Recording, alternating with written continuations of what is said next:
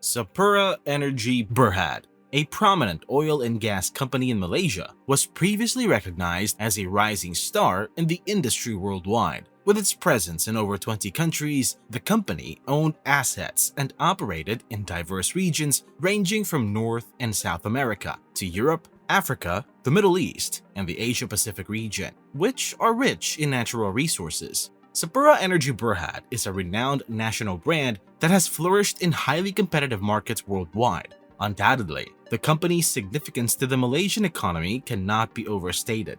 It has directly provided employment to tens of thousands of workers within the country and abroad, and has made substantial tax contributions annually. During its peak, the company's stock share price, traded under the ticker symbol SAPNRG, stood at approximately 4.9 Malaysian ringgit, equivalent to a company valuation of at least 2.8 billion Malaysian ringgit, or around $6 billion as recorded in December 2013. Sapura Energy has emerged as one of Malaysia's largest corporations and is considered a leading brand in the country, enjoying immense popularity among investors and the government. The company's actual income statement has also revealed impressive figures, with a total revenue of approximately 10.1 billion Malaysian ringgit, or $2.4 billion in 2015. As Sapura Energy continued to expand, it could have potentially become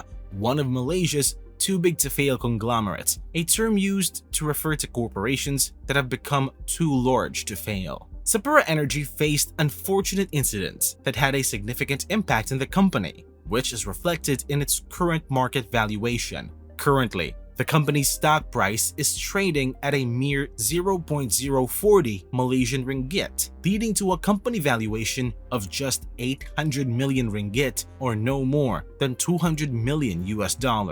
It's perplexing to see how a company that was once valued at over $6 billion could plummet to a value of less than $200 million. Sapura Energy's financial statements further corroborate the company's downturn. According to its latest annual report available on its investor relations website, the company reported only 4.1 billion Malaysian ringgit, or $953 million in revenue. While a 50% decline in total revenue may not sound catastrophic, it's crucial to note that the company also reported a significant loss. Sapura Energy's net income was negative, standing at approximately 9 billion Malaysian ringgit, or $2 billion, a loss that has severely impacted the company and is likely to jeopardize its long-term sustainability. The fact that Sapura Energy lost twice the amount of money it generated in total sales is undoubtedly an abnormal occurrence. So, what led to the downfall of one of Malaysia's largest companies, which may have been one of the world's largest? With a valuation of $6 billion, Sapura Energy could have easily secured a place among the top 1,000 global corporations. Some data even suggested that the company was the world's largest integrated oil and gas service provider, trailing only behind the Italian giant Saipem S.p.A. However, today, Sapura Energy has become a forgotten company. To understand the reasons behind Sapura Energy Berhad's downfall, we need to explore the challenges it faced in its earlier days. Several factors contributed to the company's decline, as highlighted by industry experts, media articles, and official statements from the company and its executives. It's necessary to delve into each of these causes, starting with the impact of oil prices. Price fluctuation is a major challenge faced by companies that rely on commodities. This is particularly true for companies in the oil and gas industry, as changes in oil prices can have a significant impact on their financial statements and overall company valuation. Even some of the largest oil and gas companies in the world, such as Royal Dutch Shell, have experienced a significant decrease in their company valuation due to downward oil price fluctuations. However, although the two companies have different areas of operation, they are both subject to the fluctuations of oil and gas prices. Sapura Energy's decline can be traced back to approximately 6 years ago, when the price of oil suffered a major downturn. Reports indicate that the collapse in prices made Sapura Energy the largest victim of commodity price fluctuations. From 2011 to early 2014, oil prices were over $90 per barrel. However, as charts show, in 2014, the price of oil started at about $98.35 per barrel on January 1st, but ended the year with a significant drop to just $53.94 per barrel. After the decline in oil prices, numerous companies worldwide, including regular businesses, witnessed slower growth than usual. However, oil companies felt the impact more acutely. Nonetheless, this was just one aspect of the issue. The company's overbook, which may also be traced back to the falling oil prices a few years earlier, was another problem. In mid-2014, the company's total order book amounted to roughly 30 billion Malaysian ringgit, an enormous amount that coincided with oil prices of $110 per barrel. However, 1 year later, when oil prices plummeted, the order book fell in tandem. By the end of 2015, the order book had declined to 25.1 billion ringgit, and by the end of 2016, it had fallen even further to 21.3 billion Malaysian ringgit. However, despite the company's efforts to secure new orders, its falling order books do not seem to show signs of improvement, but rather the opposite. The decrease in the order book could be a result of the declining demand for oil and gas services, or even the company's ability to secure bookings, which will be further discussed later. Comparing the company's current order book to 2014, the numbers are quite alarming.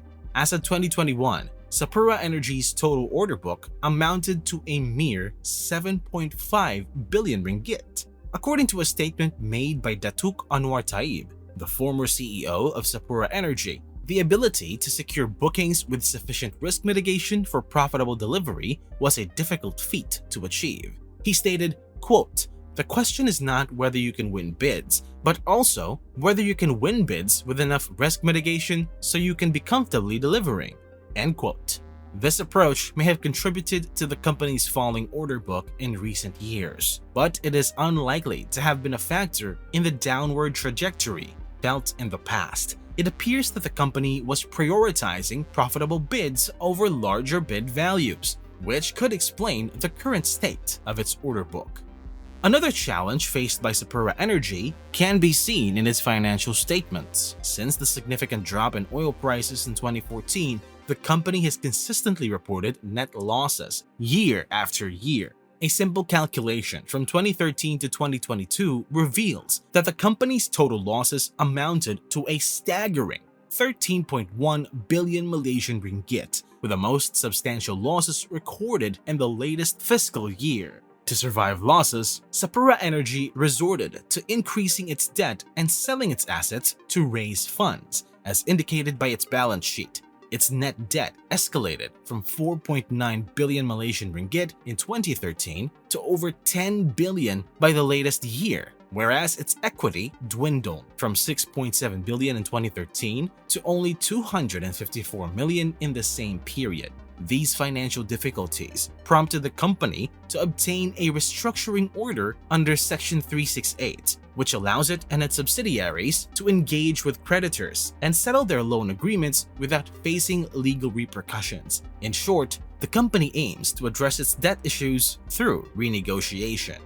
Given its former position as Malaysia's leading oil and gas service provider, government intervention was to be expected for Sapura Energy. In September 2018, the state-owned enterprise Permodalan Nasional Berhad entered the picture by increasing its ownership stake in the company to over 40%. PNB's intervention was seen as critical at the time, as it committed to taking up any unsubscribed right shares, which was considered the lifeline for Sapura Energy. Following PNB's acquisition of a significant stake in Sapura Energy, some lawmakers have advocated for government intervention to prevent the collapse of such a major oil and gas service company. There have been discussions among officials about the possibility of a bailout, while others have argued for allowing the company to fail, which could lead to more debts. At one point, PNB's acquisition was criticized, and there were even suggestions that the company should be purchased and taken over by Petronas.